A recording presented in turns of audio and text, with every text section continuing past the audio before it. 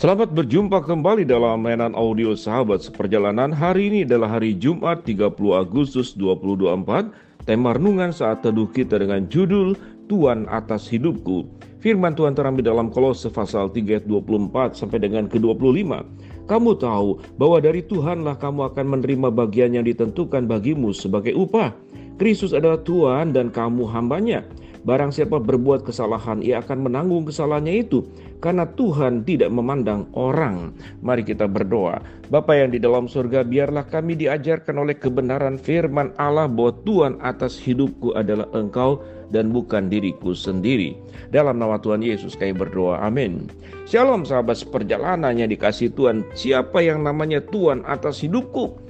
Kita sangat senang kalau dibilang bos, kita akan sangat senang kalau diangkat, dipuji dan ditinggikan.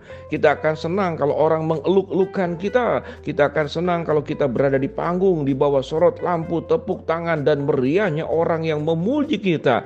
Dan kelompok-kelompok orang tersebut kalau kita lihat di dalam Alkitab justru adalah kelompok-kelompok yang makin hari makin jauh dari Tuhan. Apa itu yang namanya Firaun, apa itu yang namanya kemudian Herodes. Termasuk kemudian kita melihat juga yaitu Saul. Sekalipun dia sudah dipilih Tuhan, kemudian dia lupa, dia menjadikan dirinya sebagai Tuhan atas dirinya sendiri. Dalam Injil Matius kita katakan kita tidak menyembah Allah tapi menyembah kepada Mamon. Maka Mamonlah yang menjadi Tuhan di atas hidup kita.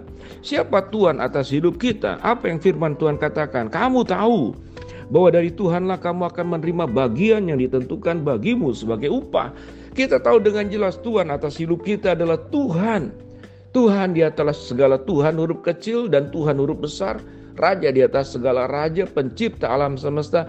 Dialah pribadi dan Tuhan yang sesungguhnya, Tuhan yang sesungguhnya, pemilik segala sesuatu, sumber segala sesuatu yang terbaik, yang terindah, yang benar, yang kudus, yang mulia, dan yang agung. Lalu mengapa manusia ada yang berani menyebut dirinya sebagai Tuhan, sebagai majikan? Sadar tidak sadar, itulah dosa pertama yang dilakukan oleh Adam dan Hawa. Tatkala Tuhan sebagai tuannya Adam dan Hawa, lalu setan membisikkan engkau bisa menjadi tuan buat dirimu sendiri. Dan kemudian itulah permulaan daripada kejatuhan di dalam dosa, yaitu manusia ingin menjadi tuan dan Tuhan buat dirinya sendiri. Dalam praktis kehidupan keseharian, kita bertemu dengan ajaran di dalam firman Tuhan dalam kitab Kolose. Hai istri-istri, tunduklah kepada suamimu sebagaimana seharusnya di dalam Tuhan. Hai suami-suami, kasihilah istrimu dan janganlah engkau berlaku kasar terhadap dia di dalam Tuhan. Hai anak-anak, taatilah orang tuamu dalam segala hal karena itulah yang indah di dalam Tuhan. Hai bapak-bapak, janganlah sakiti anakmu supaya jangan tawar hatinya. Hai hamba-hamba, taatilah Tuhanmu yang di dunia ini dalam segala hal. Jangan hanya di hadapan mereka saja untuk menyenangkan mereka, melainkan dengan tulus hati, karena engkau takut akan Tuhan. Apapun yang kamu perbuat, perbuatlah dengan segenap hatimu seperti untuk Tuhan dan bukan untuk manusia. Ayat yang luar biasa, catatan dalam Kolose pasal 3 ayat 18 sampai 23, berlaku untuk istri-istri, berlaku untuk suami-suami, berlaku untuk anak-anak, berlaku untuk bapak-bapak, berlaku untuk hamba-hamba, berlaku untuk kita semua. Bahwa Tuhan atas hidup kita adalah Tuhan itu sendiri, bukan diri kita. Sewaktu kita mengasihi istri, kita sedang melakukan sesuatu untuk Tuhan. Sewaktu kita menghormati suami, kita sedang melakukan adalah untuk Tuhan. Sewaktu seorang anak taat kepada orang tua, engkau sedang melakukannya untuk Tuhan. Sebagai orang tua, bapak-bapak, ibu-ibu mengasuh anak, engkau sedang melakukannya untuk Tuhan. Dan mereka tidak berhutang kepada engkau, tetapi setiap kita masing-masing berhutang kepada Tuhan. Jangan anggap sewaktu engkau menjadi majikan, engkau menjadi bos, lalu pegawai-pegawai itu harus berterima kasih kepada dirimu karena engkau majikan, karena engkau tuannya. Ingat, engkau sedang menjadi tuan atas hidupmu sendiri. Kalaupun mereka berterima kasih, biarlah baik hamba, baik majikan, baik pegawai maupun bos, semuanya harus kepada Tuhan. Semuanya harus mengucap syukur kepada Allah. Aku jadi bos karena Tuhan. Aku bekerja karena Tuhan. Aku menjadi istri karena Tuhan. Aku menjadi suami karena Tuhan. Aku menjadi siapapun dengan bidangnya masing-masing karena Tuhan. Tanpa Tuhan kita tidak bisa hidup. Tanpa Tuhan kita tidak bisa menjabat posisi apapun, peran apapun di dalam dunia ini. Karena tanpa Tuhan kita kenihilan, tanpa Tuhan kita itu kosong, tanpa Tuhan kita itu bukan siapa-siapa dan bukan apa-apa. Lalu apakah kita masih mau menjadikan diri kita sendiri sebagai Tuhan buat hidupmu sendiri, menjadi raja buat hidupmu sendiri, menjadi Tuhan buat hidupmu sendiri? Itu keberdosaan yang harus dengan segera engkau memberikan lututmu berlutut di hadapan Tuhan dan berkata, Tuhan ampuni dosaku, karena aku seringkali menjadikan diriku sebagai Tuhan dan Tuhan atas hidupku sendiri. Dari titik pijak itulah kita akan belajar bahwa sesungguhnya sebagaimana yang firman Tuhan katakan, kamu tahu ayat 24, bahwa dari Tuhanlah kamu menerima bagian yang ditentukan, bagian sebagai upahmu.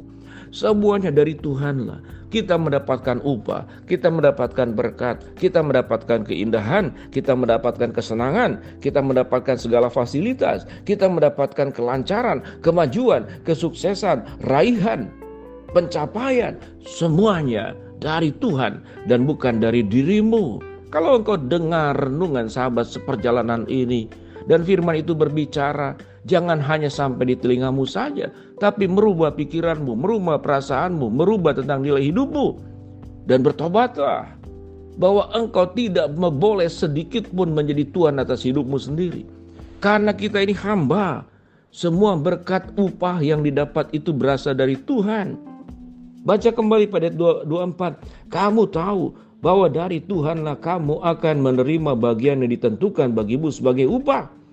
Kristus adalah Tuhan dan kamu hambanya. Kristus adalah Tuhan dan kamu hambanya. Kristus adalah Tuhan dan kita semua adalah hambanya. Lalu, apakah kita akan berani membusungkan dada? Lalu dengan arogan, dengan pongah, dengan kesombongan, lihat semuanya karena aku. Lihat, akulah Tuhan atas hidupmu. Lihat, aku lebih atas kedudukan dari dirimu. Aku lebih kaya dari engkau. Aku lebih hebat dari engkau. Engkau sedang menjadi Firaun di masa kini. Engkau sedang menjadi Herodes di masa kini. Langkah apa yang harus diperbuat untuk sebuah kesesatan yang kita lakukan karena kita berusaha menjadi Tuhan atas hidup kita sendiri? Bertobatlah, akui dosamu.